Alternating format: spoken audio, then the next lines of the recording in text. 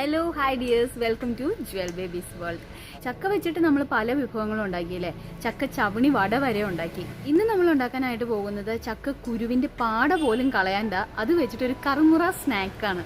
വെറും 1 മിനിറ്റ് മതി നമുക്ക് ആ റെസിപ്പി തയ്യാറാക്കാനായിട്ട്. അതുപോലെ തന്നെ പെട്ടെന്ന് കഴിക്കുകയും ചെയ്യണം കേട്ടോ.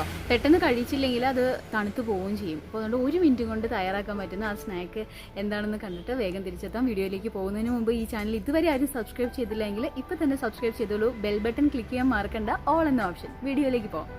ചക്കക്കുരുവിൻ്റെ പാട നമുക്ക് ഫ്രൈ ചെയ്യാം കേട്ടോ. സിമ്പിളായിട്ട് തന്നെ ഉണ്ടാക്കിയെടുക്കാം. 1 മിനിറ്റ് മതി. അപ്പോൾ അതിനുവേണ്ടി നമുക്ക് ചക്കയിൽ നിന്ന് ചക്കക്കുരുവൊക്കെ കിട്ടി കഴിയുമ്പോൾ ആ ചക്കക്കുരുവിൻ്റെ പുറത്തുള്ള പാടയാണ് നമ്മൾ എടുക്കുന്നത്.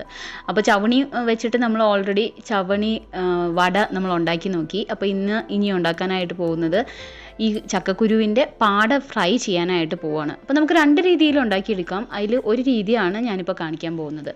ചക്കക്കുരുവിൻ്റെ പാട അപ്പോൾ അതിൻ്റെ സൈഡിലുള്ള നല്ല കട്ടിയായിട്ടുള്ള ഭാഗമൊക്കെ കളഞ്ഞെടുക്കുന്നത് അതിൻ്റെ ആ ഒരു പാട മാത്രമാണ് നമ്മൾ എടുക്കുന്നത്. ആ പാട നമുക്ക് ഒന്നും കൂടെ ഒന്ന് വൃത്തിയാക്കി എടുക്കാം. അത് 2ആയിട്ട് മുറിച്ചിടാം കേട്ടോ. ഇനി ചക്കക്കുരുപ്പാട നമുക്കൊരു പാത്രത്തിലേക്ക് എടുക്കാം.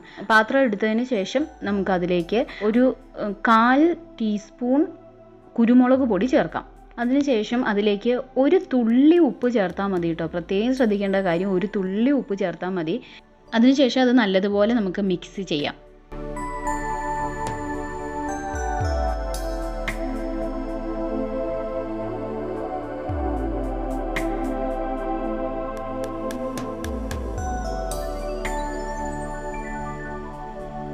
ഓൾറെഡി ചക്ക വറുത്ത പാത്രത്തിലേക്കാണ് ഞാൻ ഇതും അവസാനമായി ഇട്ട് വറുക്കുന്നത്.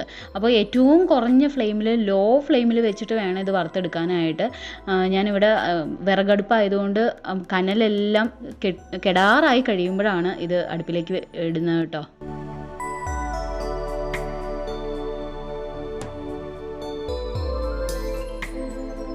പെട്ടെന്ന് തന്നെ ഇതിൻ്റെ കളറ് മാറും കേട്ടോ. അപ്പോൾ അതുകൊണ്ട് പെട്ടെന്ന് തന്നെ ഫ്രൈ ആയി കിട്ടുന്നതുകൊണ്ട് സൂക്ഷിച്ച് വേണം അത് ഇടാനായിട്ട്. അല്ലെങ്കിൽ അത് വളരെ പെട്ടെന്ന് കരിഞ്ഞു പോകാനായിട്ടുള്ള ചാൻസ് ഉണ്ട്. അപ്പോൾ അതുകൊണ്ട് പ്രത്യേകം ശ്രദ്ധിക്കണം. ചക്കക്കുരു പാട ഫ്രൈ റെഡി ആയി കഴിഞ്ഞു. ഒന്നും കളയാനില്ല ചക്കയുടെ. ഇപ്പോൾ മനസ്സിലായല്ലോ. ഇത് സിമ്പിളായിട്ട് തന്നെ നമുക്ക് ഉണ്ടാക്കിയെടുക്കാം. നല്ല ക്രിസ്പാണ്.